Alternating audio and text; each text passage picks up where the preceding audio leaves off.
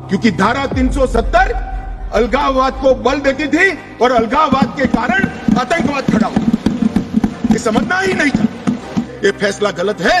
देश के हित में वापिस आना चाहिए। अभी भी मैं कहता हूं, वापिस आइए, वरना जितने बचे हो इतने भी नहीं बचोगे।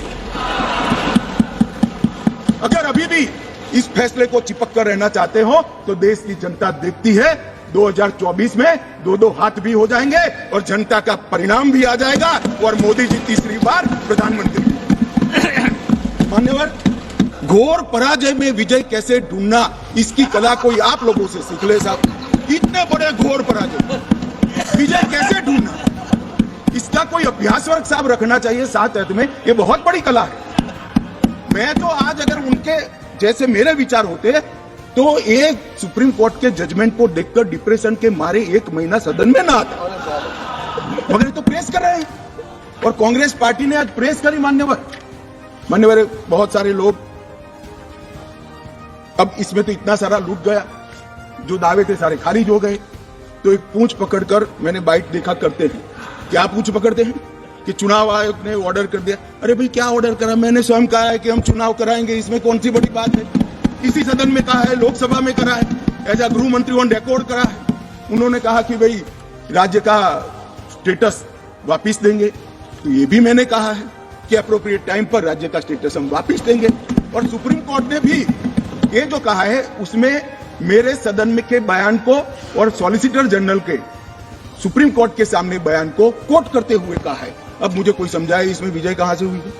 घोर पराजय में विजय कैसे ढूंढना, इसकी कला कोई आप लोगों से सीख ले साहब। इतने बड़े घोर पराजय विजय कैसे ढूंढना, इसका कोई अभ्यास वर्ग साहब रखना चाहिए साथ में। ये बहुत बड़ी कला है।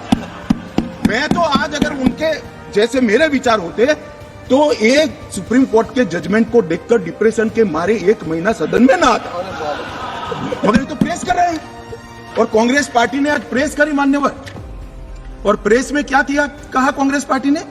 कांग्रेस पार्टी ने ये कहा मान्यवर कि ये जजमेंट आने के बाद भी हम मानते हैं कि धारा 370 को गलत तरीके से हटाया गया है।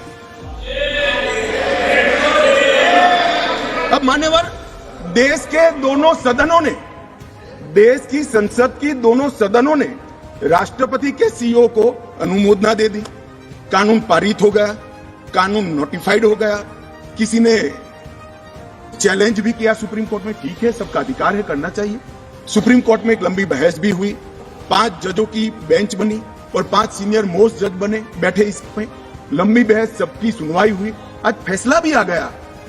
मगर ये फैसले के बाद भी ये कहते हैं कि हम इसको नहीं मानते हैं और हम मानते हैं कि धारा 370 गलत तरीके से हटाया गया। मान्यवर, मैं इनको नहीं समझा सकता, मेरी तो मर्यादा है ऐसा, नहीं समझा सकता कि वास्तविकता क्या है।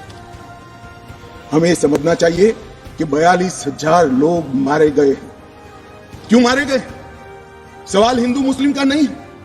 इनसे ज्यादा मुसलमान गुजरात में, कश्मीर से ज्यादा मुसलमान उत्तर प्रदेश में, कश्मीर से ज्यादा मुसलमान बिहार में, कश्मीर से ज्यादा मुसलमान आसाम में। क्यों वहां अलगाववाद नहीं हुआ? क्यों वहां टेररिज्म नहीं हुआ? बाउंड्री का भी सवाल नहीं है साहब।